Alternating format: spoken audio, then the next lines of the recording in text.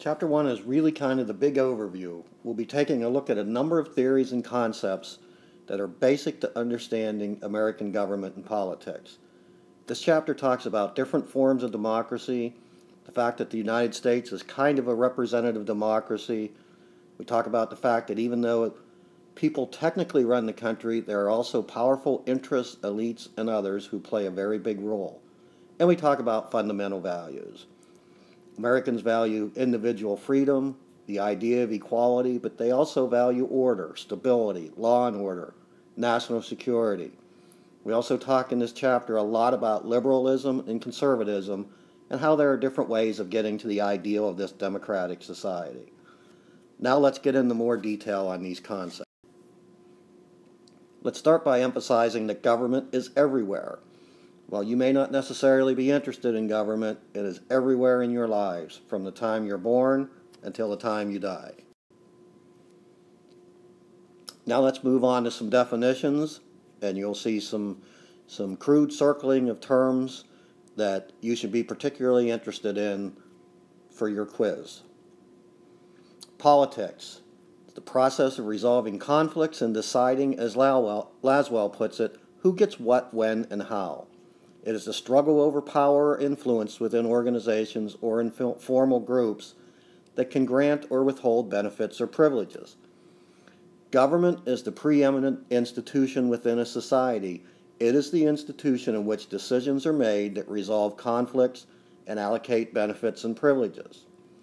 Concepts of authority and legitimacy, or authority is the right and power of a government or other entity to enforce its decisions and compel obedience. Legitimacy is popular acceptance of that right and the power of a government or other entity to exercise that authority, also known as consent of the governed. The United States is a democratic republic, also called a representative democracy, in which the people elect representatives to make decisions. Theories of American democracy include majoritarianism, in which the government does what the majority wants, elite theory, in which the real power lies with one or more elite groups, and pluralism, in which organized interest groups contend for power. Let's talk a little bit more about direct democracy. Direct democracy is a system of government in which political decisions are made by the people directly, rather than by their elected representatives, probably attained most easily in small political communities. There are three major ways to implement direct democracy. We see them in the United States and in California as well. The first is initiative, procedure by which voters can propose a law or a constitutional amendment. Referendum, an electoral device whereby legislative or constitutional measures are referred by the legislature to the voters for approval or disapproval. The third way to implement direct democracy is recall.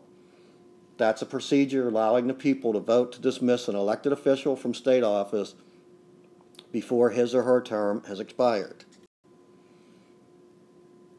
One of the main principles of a democratic republic is universal suffrage, or the right of all adults to vote for a representative in government. As we will see in later chapters, that right has expanded over time. Not every person has always had the right to vote. Now let's talk about political ideologies. Political ideology is a closely linked set of beliefs about the nature of people and the role of government. You have conservatism. That's a set of beliefs that includes a limited role for the national government in helping individuals. For instance, conservatives believe government should tax less and spend less. Conservatives also support traditional ideals and life choices and a cautious response to change. Conservative values place a high value on liberty, tend to favor limited government involvement in the economic sector, and see economic freedom as a necessity for the good of society. Another concept is liberalism, a set of beliefs that includes the advocacy of positive government action to improve the welfare of individuals, support for civil rights, and tolerance for political and social change. Liberals tend to favor government regulation of the economy, supporting government action to create jobs during an economic crisis, for instance. Liberal values place a high value on social and economic equality, advocate that the government take positive action to reduce poverty, redistribute income from wealthier classes to poorer classes to regulate the economy, and see social freedom as a necessity for the good of the society. A couple other parts of the traditional political spectrum: socialism, political ideology based on strong support for economic and social equality.